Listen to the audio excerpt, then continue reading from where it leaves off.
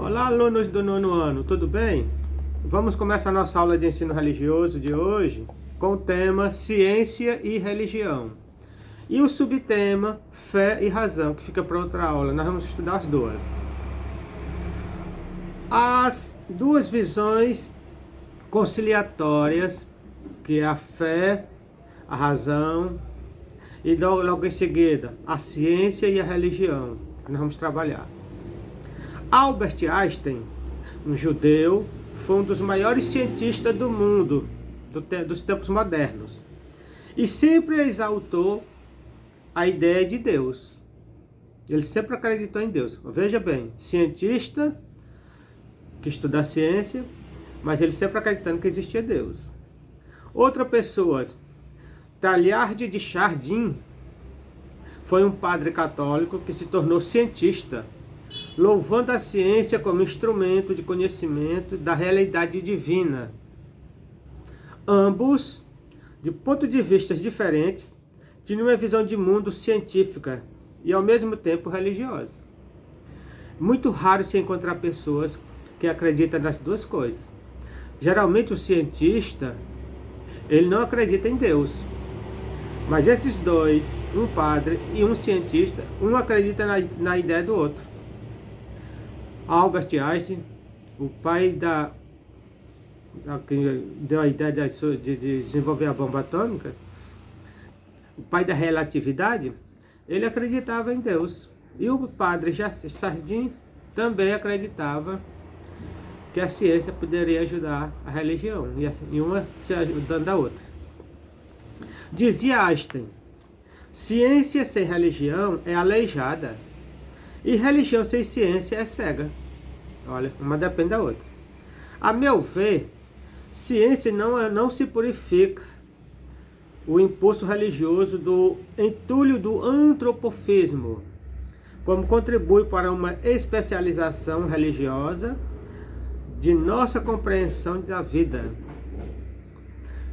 Então o ser humano, para ele se tornar um ser mais completo, que ele é incompleto, ele precisa da religião, ele precisa da ciência, ele precisa de outros conhecimentos para ele se tornar um ser completo.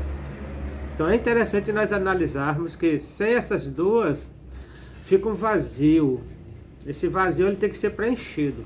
A religião é a parte que toca na espiritualidade, onde as pessoas vão voltar para seu interior para analisar como está indo sua vida. A ciência, ela é exterior, ela vai buscar conhecimentos, explicações dos fenômenos que acontecem na natureza, para que o ser humano possa compreendê-la e possa dominá-la. Isso é interessante. Afirma Chardin: aparentemente a Terra moderna nasceu de um movimento antirreligioso. O homem bastando-se a si mesmo, a razão substituindo-se à crença. Nossa geração e as duas precedentes, ou seja, as que virão, quase que só ouviram falar do conflito entre a fé e a religião, entre a fé e a ciência, a tal ponto de que pôde parecer, a certa altura, que esta era decididamente chamada a tomar o lugar daquela. Então, alguns estudiosos do passado acreditavam que não combinaria ciência com religião.